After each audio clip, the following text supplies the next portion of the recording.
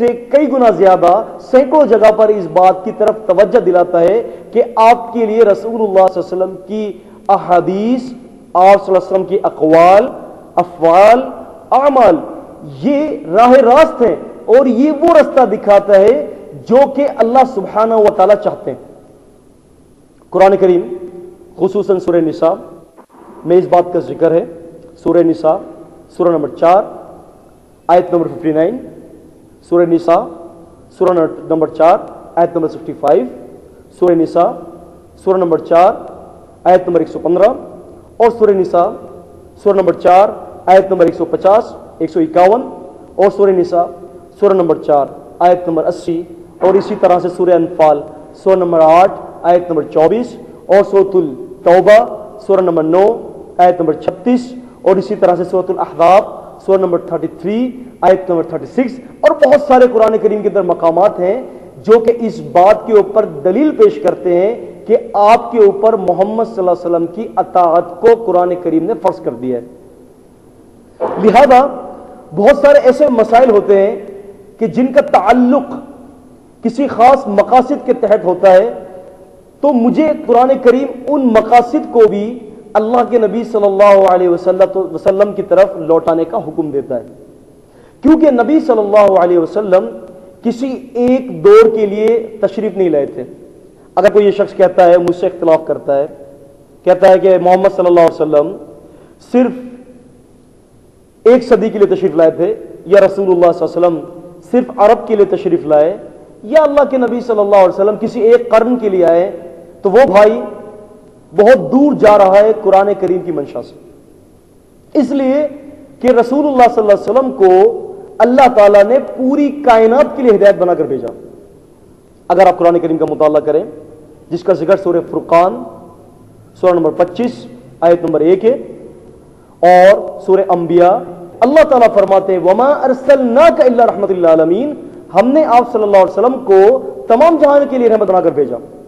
تو لہٰذا اللہ کے نبی صلی اللہ علیہ وسلم کسی خاص طبقے کے لیے نہیں آئے، بلکہ اللہ کے نبی صلی اللہ علیہ وسلم قیامت تک کے آنے والے آخری شخص کے لیے ہدایت بنا کر بھیجے گئے۔ خود قرآن کریم فرماتا ہے هُوَ الَّذِي أَرْسَلَ رَسُولَهُ بِالْحَقِّ، اسی ذات نے محمد صلی اللہ علیہ وسلم کو حق کے ساتھ بھیجا تاکہ تمام ادیان باطلہ پر اسلام کو غالب کر دے۔ اس بات کا ذکر قرآن کریم کئی مقامات پر فرماتا ہے۔ اس کا ذکر سورہ توبہ سورہ نمبر 9 آیت نمبر 33، اور اس کا ذکر سورہ صف سورہ نمبر 61 اور آیت نمبر 9 کے اندر اللہ سبحانہ و تعالیٰ فرماتے ہیں، اور اس کا ذکر سورہ فتح سورہ نمبر 48 اور آیت نمبر 28 کے اندر اللہ تعالیٰ فرماتے ہیں کہ اللہ تعالیٰ نے محمد صلی اللہ علیہ وسلم کو تمام ادیان پر غالب کرنے کے لیے بھیجا۔ اب اگر کوئی شخص کسی بھی فرقے سے تعلق ہو، کسی بھی گروہ سے تعلق ہو، یا کسی بھی دنیا کے کسی حصے سے تعلق ہو، یا کسی صدی کے ساتھ تعلق ہو، انشاءاللہ تعالی اللہ کے نبی صلی اللہ علیہ وسلم کی احادیث اس کے لیے ہدایت فراہم کرتی ہیں۔ یہی بات صحابہ کرام رضی اللہ عنہم نے سمجھی، اور وہ پوری زندگی اپنی انہوں نے اسی مقاصد کے اوپر لگائی کہ حدیث قرآن کریم کی وضاحت کرتی ہے۔ قرآن کریم ایک مکمل دین پیش کرتا ہے، لیکن قرآن کریم مکمل دین کس صورت میں پیش کرتا ہے اس کا ذکر خود قرآن کریم فرماتا ہے۔ اس کا ذکر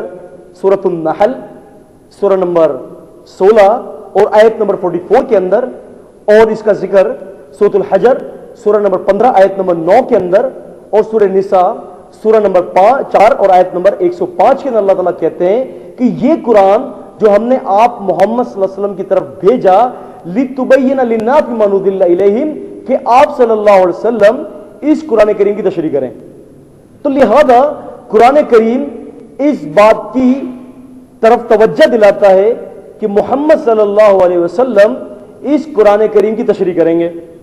اب لا تعداد ایسی آیت جیسے کہ میں نے پہلے ذکر کیا کہ صحابہ کرام قرآن کریم کی ایک آیت کے ایک لفظ کو نہ سمجھ سکے، اور وہ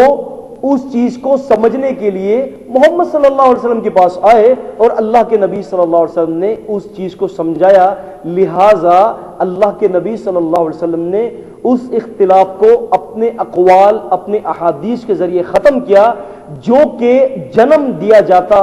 ہوئے اور جنم دیا جاتا ہوگا اور قیامت تک جنم ہوگا کس چیز پر کہ اگر حدیث پر معاملات کو نہ لوٹایا جائے گا تو وہ اختلاف خود بخود کریٹ پیدا ہوگا. یہی بات ہے کہ اللہ کے نبی صلی اللہ علیہ وسلم اس امت کے لیے کیا تمام جہاں کے لوگوں کے لیے ہدایت بنا کر بھیجے گئے. اب اگر کوئی شخص یہ دعویٰ کرتا ہے کہ میں قرآن کریم کو بغیر اللہ کے نبی صلی اللہ علیہ وسلم کے فرامین کے سمجھ نہ سکتا ہوں اور سمجھنا چاہتا ہوں تو وہ شخص غلطی پر ہے، کیونکہ قرآن کریم کے اسلوب کو، قرآن کریم کا کانٹیکس ہمیں اللہ کے نبی صلی اللہ علیہ وسلم سمجھاتے ہیں اور ہمیں اللہ کے نبی صلی اللہ علیہ وسلم کو فالو کرنا ہوگا. قرآن کریم ذکر فرماتا ہے سورہ احزاب سورہ نمبر 33 اور آیت نمبر 21 میں اللہ تعالیٰ کہتے ہیں لَقَدْ كَانَ لَكُمْ فِي رَسُولِ اللَّهِ أُسْوَةٌ حَسَنَةٌ، آپ صلی اللہ علیہ وسلم کی زندگی تاکہ لوگوں کے لیے اسوہ حسنہ ہے. تو اللہ کے نبی صلی اللہ علیہ وسلم کی زندگی تمام لوگوں کے لیے بہترین اسوہ ہے. تو اب کوئی شخص یہ چاہتا ہے کہ میں جنت الفردوس حاصل کروں اور میں اللہ تعالیٰ کی رضامندی حاصل کروں تو اس شخص کے لیے لازم ہے، ملزوم ہے اور بہت ضروری ہے کہ وہ محمد صلی اللہ علیہ وسلم کی اقوال، افعال اور اعمال کو فالو کرے. لہٰذا حدیث کی ضرورت قیامت تک ہوگی، کیونکہ قرآن قیامت تک باقی رہے گا اور حدیث بھی قیامت تک باقی رہے گی. ان دونوں چیزوں کی حفاظت کی ذمہ داری اللہ تعالیٰ نے خود اٹھائی. شاید کچھ بھائی مجھ سے اختلاف کرنے کی کوشش کریں اور بہت سارے لوگ مجھ سے اختلافات کرتے ہیں. میرے مختلف جگہوں پر جو پروگرامز ہوتے ہیں وہ کہتے ہیں حسین بھائی حدیث کی ذمہ داری اللہ تعالیٰ نے نہیں لی بلکہ خود قرآن کریم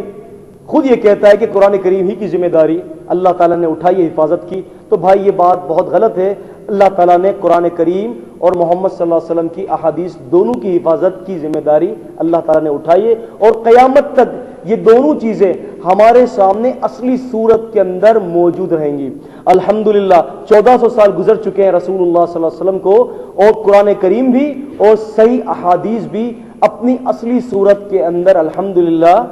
موجود ہے. اور یہ اس بات کا دعویٰ اگر آپ کہہ دیں تو انشاءاللہ تعالی اس بات کا دعویٰ اہل علم کرتے ہیں اور کرتے چلے آئے ہیں کہ حدیث کی بھی ذمہ داری اللہ سبحانہ و تعالیٰ نے اٹھائی ہے. یہی وجہ ہے کہ آج قرآن اور صحیح حدیث اپنی اصلی صورت کے اندر موجود ہے. وگرنہ اگر ایسا نہ ہوتا تو حدیثیں بھی مسخ ہو جاتی، جیسے کہ دوسرے اسکرپچر ہیں، پرانی کتابیں ہیں دوسرے مذاہب کی، آج اصلی صورت کے اندر ہمارے سامنے موجود نہیں ہے. کیا وجہ ہے کہ رسول اللہ صلی اللہ علیہ وسلم کی احادیث بھی ہمارے سامنے اصلی صورت کے اندر موجود ہے؟ اس کی وجہ یہ ہے کہ اس کی ذمہ داری بھی اللہ تعالیٰ نے اٹھائی، کیونکہ اس امت کے لیے ہدایت، آئین، حدود، قوانین صرف قرآن کریم میں نہیں بلکہ رسول اللہ صلی اللہ علیہ وسلم کی احادیث کے اندر بھی موجود ہے. لہٰذا کسی شخص کے لیے ہدایت کو حاصل کرنا اگر ضروری ہے تو اس کو چاہیے کہ وہ شخص قرآن اور اس کے ساتھ محمد صلی اللہ علیہ وسلم کی احادیث کو فالو کرے. انشاءاللہ تعالی قرآن کریم یہ ذکر کرتا ہے سورہ نساء سورہ نمبر 4 آیت نمبر 80 کے اندر وَمَن يُطِعِ الرَّسُولَ فقد اطاع اللہ، کہ جس نے محمد صلی اللہ علیہ وسلم کی اتباع کی گویا کہ وہ ایسے ہے کہ اس نے اللہ تعالیٰ کی اتباع کی ہے. الحمدللہ رسول اللہ صلی اللہ علیہ وسلم کے فرامین پر عمل کرنے والا شخص خوش ہو جائے کہ وہ اللہ تعالیٰ ہی کی اتباع کر رہا ہے. تو لہٰذا یہ بہت بڑا ٹاپک ہے. میں نے اس ٹاپک کو مختلف مضامین کے اندر تقسیم کیے ہیں. یہ تھوڑے سے تمہید کے کلمات تھے. آپ کے ذہنوں میں اگر حدیث کے بارے میں کوئی الجھن ہو، کوئی کنفیوژن ہو، کوئی سوالات ہوں تو میں آپ کو موقع دیتا ہوں کہ آپ اللہ کی توفیق سے وہ سوالات کریں. انشاءاللہ تعالی اس سوالات کے جوابات دینے کی میں کوشش کروں گا.